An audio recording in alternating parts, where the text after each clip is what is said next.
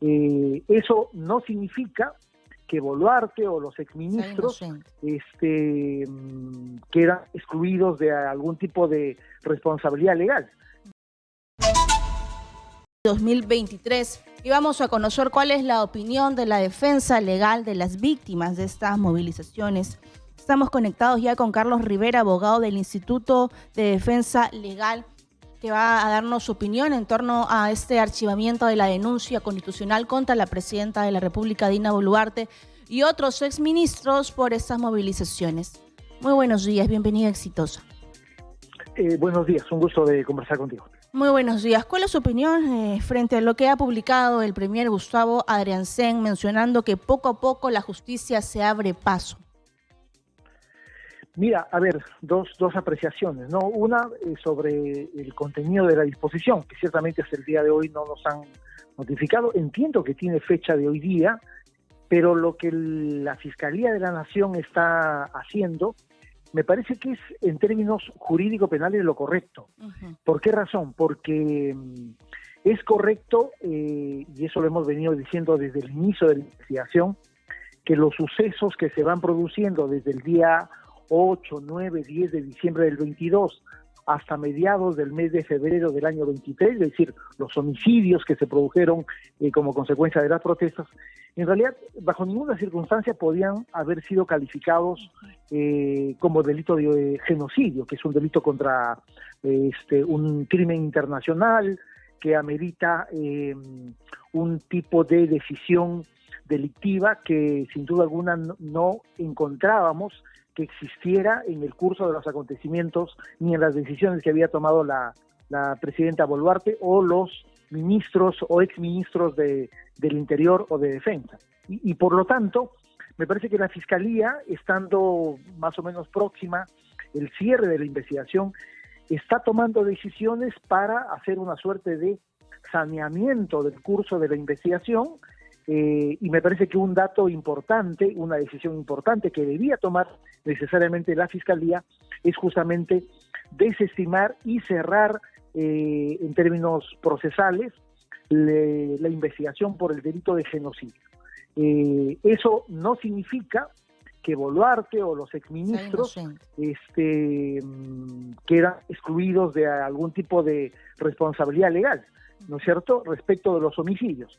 La investigación persiste por homicidio, por los delitos de homicidios calificados y por los delitos de lesiones graves, ¿no? Ese es el estado de la investigación en este momento. Sin embargo, hace unas semanas organismos internacionales como Amnistía Internacional, vale recalcar, han estado evaluando la cadena de mando y las decisiones que tomó la presidenta Dina Boluarte en esos años fatídicos para nuestro país.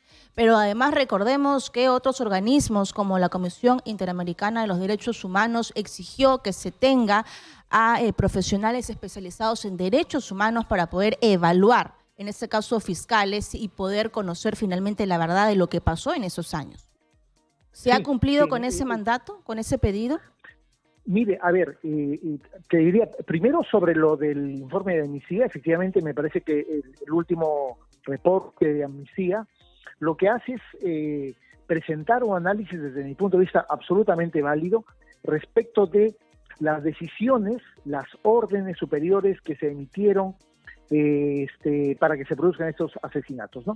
Y me parece que en el informe de Amnistía, efectivamente lo que se hace es destacar lo que ya existe en las investigaciones del EFICAVIP, del Equipo Especial de Víctimas de las Protestas. Por lo tanto, es una información que ya tiene el Ministerio Público en cuanto al señalamiento de que los hechos que trajeron como consecuencia los asesinatos de 49 peruanos no fueron decisiones solamente de las personas que dispararon las armas de fuego, ¿no es cierto?, contra los manifestantes, sino que fueron decisiones superiores que son posibles de ubicar inclusive en la Presidencia de la República, y que desde ese vértice superior bajaron hacia las instancias jerárquicas tanto del Ejército como de la Policía Nacional en los casos en los 10 departamentos en los que se produjeron homicidios calificados, ¿no? Ese dato, por lo tanto, es un dato que ya tiene el Ministerio Público, pero no solamente las fiscalías que están viendo las carpetas individuales de los casos de Andahuaylas, de Ayacucho, Cusco, Puno, Lima, sino que esa información también está en manos de la Fiscalía de la Nación, porque las fiscalías lo que han hecho es proporcionar esa información a la Fiscalía de la Nación. Por lo tanto, esa información es una información absolutamente relevante y por eso es que la propia Fiscalía de la Nación, cuando ha estado haciendo un análisis de los acontecimientos, de lo que ha estado dando cuenta es de la existencia de órdenes superiores que provienen de la Presidencia de la República, ¿no? Y esa es la razón por la cual, más allá de la disposición que hoy está difundiendo el primer ministro, casi en condición de abogado de la presidenta, en realidad subsiste la incriminación principal y sobre la cual hay múltiple evidencia, es decir, la de los asesinatos. De hecho, Boluarte solo hace pocas semanas había solicitado su exclusión de la investigación, ¿no? En el mes de, me parece que en el mes de junio, Boluarte había solicitado ser excluida de la investigación penal que tiene a cargo la Fiscalía de la Nación. Bueno, la Fiscalía de la Nación no ha emitido ningún pronunciamiento para poder excluirlo, al contrario, está continuando con las investigaciones. Eso da cuenta de que es muy probable que la Fiscalía de la Nación se esté preparando para la presentación de una disposición de formalización o de lo que sería una denuncia constitucional ante el Congreso de la República. Y sobre la segunda ahí parte el de tu problema, pregunta, ¿no? Lo del Congreso. Sí, yo creo que ahí se va a presentar un problema, ¿no? Tal como ocurrió con la denuncia un poco adelantada y apresurada que presentó Patricia Benavides hacia finales de noviembre del año pasado, ¿no? Como recordarás, presentó una denuncia constitucional por 6 casos, 5 homicidios y unas lesiones graves, y el Congreso de la República hace solo 2 semanas atrás decidió archivar esa investigación. Ahí va a haber un problema sumamente complicado, ¿no?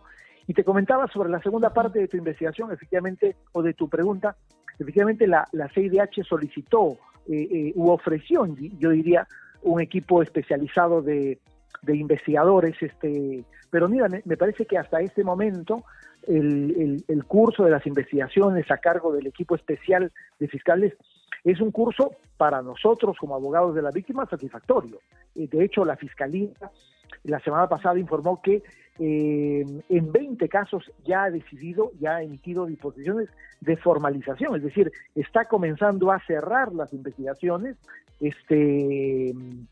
porque ha tenido la capacidad de poder recopilar múltiple evidencia, múltiple información, múltiples testimonios de la comisión de los eventos delictivos, y justamente la formalización significa que hay una primera fase que está terminando, se está recopilando satisfactoriamente la información, y por eso la Fiscalía, en los casos más graves, en todos los casos en los que se produjeron homicidios calificados, ya ha formalizado, y por lo tanto caminamos muy probablemente también en esas circunstancias hacia la presentación de una acusación en los siguientes meses, ¿no? Así es, y principalmente la búsqueda de justicia. Sabemos que los familiares se han movilizado durante estos días festivos aquí en la capital. Frente a ello, ya actualizando la información, ya pasó más de un año de estos acontecimientos trágicos para nuestro país. Ya se ha podido conocer quiénes son las personas responsables. Entiendo que ha habido un sentenciado y está prófugo de la justicia. No, estamos hablando del señor, seguramente de Eric Lobón. Él es un policía sobre el cual se emitió un mandato de prisión preventiva. Ese es en el caso de Cusco, a él se le está imputando el crimen del joven Rosalino Flores, ¿no es cierto?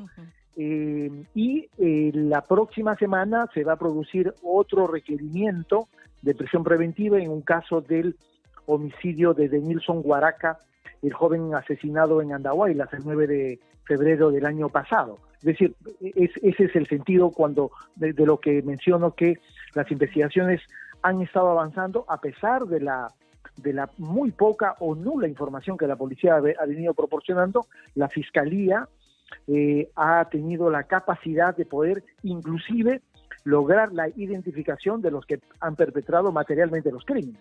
Y ese es un dato de verdad sobresaliente, entendiendo que, si bien es cierto, en la mayoría de casos, o en casi todos, ya han pasado más de un año, algunos año y medio, la Fiscalía ha tenido esa capacidad de lograr tener evidencia suficiente para poder determinar no solamente quiénes eran los jefes policiales o militares de las zonas, los departamentos en los que se produjeron los crímenes, sino ha tenido la posibilidad, desde todo punto de vista destacable, de identificar a los que han perpetrado materialmente los crímenes. Eso significa, por lo tanto, que las investigaciones, si han tenido un avance, están teniendo un avance desde todo punto de vista positivo, ¿no? Muy bien, gracias a nuestro invitado Carlos Rivera, abogado del Instituto de Defensa Legal, que ha estado conectado aquí en Radio Exitosa. Gracias a ti.